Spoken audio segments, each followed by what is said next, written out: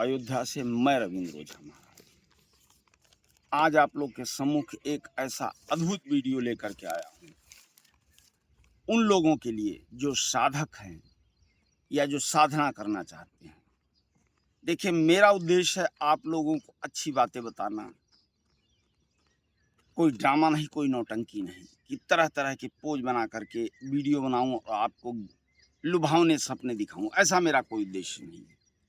मैं उन साधकों के लिए हूँ जो कर रहे हैं या जो करना चाहते हैं। लेकिन सर्वप्रथम ये जो आपको साधना बताऊंगा ये बहुत ही अद्भुत साधना है और शायद आप आज तक किसी ने आपको इसकी जानकारी नहीं दी होगी। लेकिन सावधान, इसको करे भी वही, करने का प्रयास भी वही साधक करें जिनके अंदर में वास्तविक तेज हो और करने की क्षमता हो। क्योंकि साधक तो सब बनना चाहते हैं, साधना हर व्यक्ति करना चाहता है, लेकिन क्या वास्तव में पूर्ण साधक बन पाए? अपने आप को आपने साधना करने को तो हर व्यक्ति तैयार है। आज अगर हम 1 अरब 30 करोड़ हैं तो उसमें से मेरा अनुमान है कि 1 अरब तो साधक बनना ही चाहेंगे। हर व्यक्ति चाहता है साधक बन जाए, लेकिन साधक बनने से पहले ये जानना अत्यंत आवश्यक है कि आपको अपनी ऊर्जा शक्ति को समेटना है, अपने मनसा वाचा कर्मणा को शुद्ध करना है। मन के तेज को जब तक आप अपने उत्पन्न नहीं करेंगे, कोई साधना, बहुत से लोग हैं यूट्यूब पे, देखिए मैं भी आ रहा हूँ, ऐसा नहीं मैं यूट्यूब पे नहीं हूँ, लेकिन मेरा उद्देश्य अयोध्या से प्रभु श्री राम के श्री चरणों से एक ही उद्देश्य है कि आप लोग को उचित और सही शिक्षा देना। कि बुला लेते हैं और साधना करो, आपको दे दिया, आप उसी में लगे हुए हैं, लेकिन आपको जाना नहीं।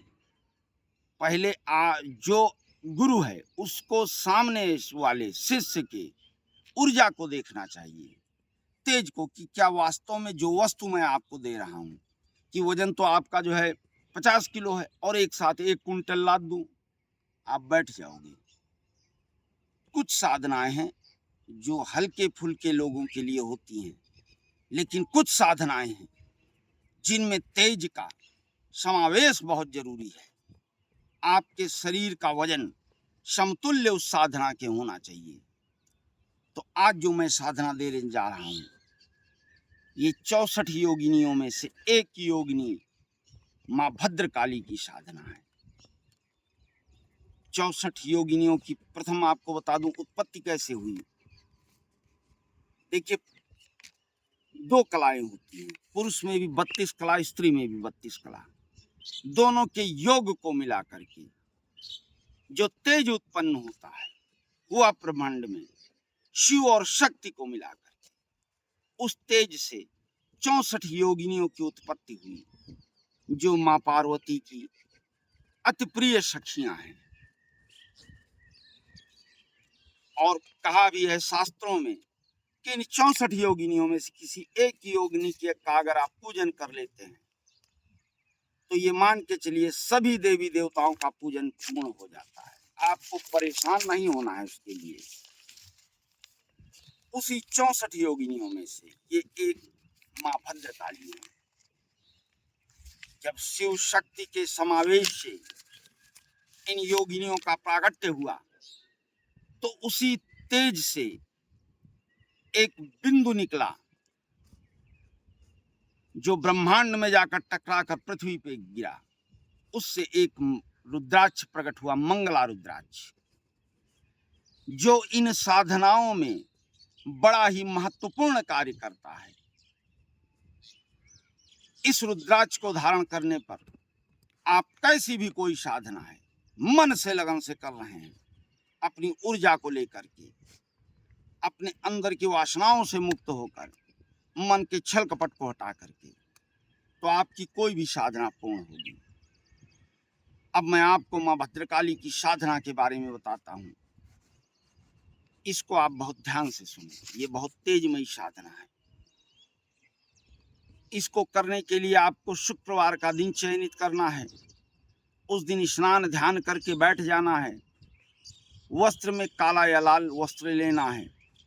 चौकी पर भी काला या लाल वस्त्र बिछाना है, माता की फोटो रख करके और इस रुद्राक्ष को रख करके, और फोटो के सामने काले तिल का ढेर लगा लेना है। उस ढेर पर इस रुद्राक्ष को रखना है।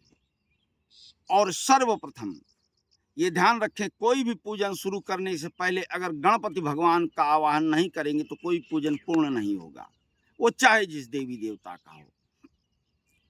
तो सर्वप्रथम आपको एक माला भगवान गणपति का आवाहन करना है कि ओम वक्रतुंडाय हुम फट। दाहिने हाथ में जल लेना है, फिर अंत में उस संकल्प पढ़ के जल को जमीन पर गिराकर प्रणाम कर लेना है। फिर इस मंगला रुद्राक्ष को लेकर के पहले से ही लाल धागे में या काले धागे में इसको डाले रहें और गले में धारण कर लेना है। अब समस्त देवी देवताओं को का आवाहन करना है और माँ भद्रकाली को कि हे माँ, मैं आपके श्री चरणों में आपका पुत्र आपका भक्त आया हूँ, आप आएं और मेरे इस कार्य को पूर्ण करें। ये कह करके फिर जल को पृथ्वी पर गिराकर तो आपको प्रणाम करके माता को और ध्यान करके आंख बंद करके इस मंत्र को जप शुरू कर देना है कि ओम भ्रांग भ्रीं भ्रूं काली महाकाली कीले कीले हूं फट स्वाहा। इस मंत्र को आपको जप करना है जितना आप कर सके। इस मंत्र को जप करने के बाद उठ जाना है। और ये भी ध्यान रखें, ये एक ऐसी साधना, वैसे कोई भी साधना करेंगे तो होता क्या है, जब आप पहले भी लोग तपस्या करते थे तो उस तपस्या में विघ्न बाधा बुरी शक्तियां डालती थी कि तपस्या ना पूर्ण हो, किसी देवी देवता का ये संत ये साधु आवाहन ना कर सके, प्राकट्य ना कर सके। तो ये साधना भी जब आप करेंगे तो सोते समय आपको नाना प्रकार के बुरे बुरे सपने आएंगे, खून का दिखना, प्रेत आपको नोच रहे हैं, उठाकर कोई खाई से फेंक रहा है। लेकिन डरना नहीं, माता का ध्यान रखना है, आपका कोई दुष्प्रभाव नहीं कर पाएगा, आप पर कोई अहित नहीं कर पाएगा। तो इस साधना को आपको मन से करना है। इस साधना के पूर्ण होने के बाद में आप अपना ही नहीं अन्य का भी हित कर सकते हैं। किसी के यहाँ भूत प्रेत बाधा है, कोई मुकदमे में सफलता नहीं पा रहा, कोई शत्रु से परेशान है, कोई रोग से परेशान है, तो करना क्या है, इसी मंत्र को बस ये ध्यान रखिएगा, मंत्र को स्वर में नहीं बोलना है, मन में बोलना है।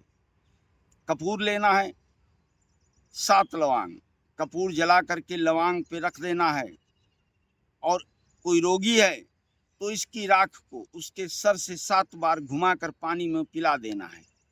मुकदमे में सफलता नहीं मिल रही, इस राख को पुड़िया बनाकर जेब में रख करके जाए, मुकदमे में सफलता मिल जाएगी। कोई शत्रु है, यही प्रक्रिया करना है, इस राख को उस शत्रु के द्वार पर डाल दें आप शुक्रवार के दिन। देखिए शत्रु आपका कैसे मित्र बन जाता है।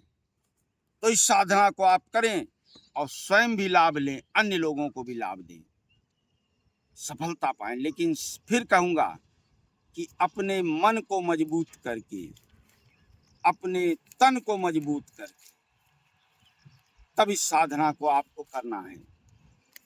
ऐसे नहीं कि मजाक समझ कर नहीं, वरना हानि होगी। योग समझ करके। इसी के साथ मैं रविंद्र ओझा महाराज अयोध्या से आप लोग से विदा लेता हूं। लेकिन उससे पहले फिर एक बार कहूंगा कि मेरे इस वीडियो को ज़्यादा से ज़्यादा लाइक शेयर सब्सक्राइब करें, जिससे अन्य लोगों को भी लाभ मिल सके। कोई भी समस्या, कोई भी जानकारी लेनी हो साधना के विषय में, कष्टों के विषय में, मेरे वीडियो में दिए नंबरों पे शाम को 5 बजे से रात में 10 बजे तक संपर्क कर सकते हैं। अयोध्या आना चाहे आकर मिल सकते हैं, वो समय भी आपको बताया जाएगा। बहुत जल्द हम आपसे मुलाकात करेंगे, चूँकि अभी हम अनुष्ठान में हैं। और अब मैं आप लोगों से विदा लेता हूँ। आप लोग अपना आशीर्वाद मुझ पर बनाए रखें। बाकी श्री हरि का आशीर्वाद ही है। जय श्री सीताराम। हर हर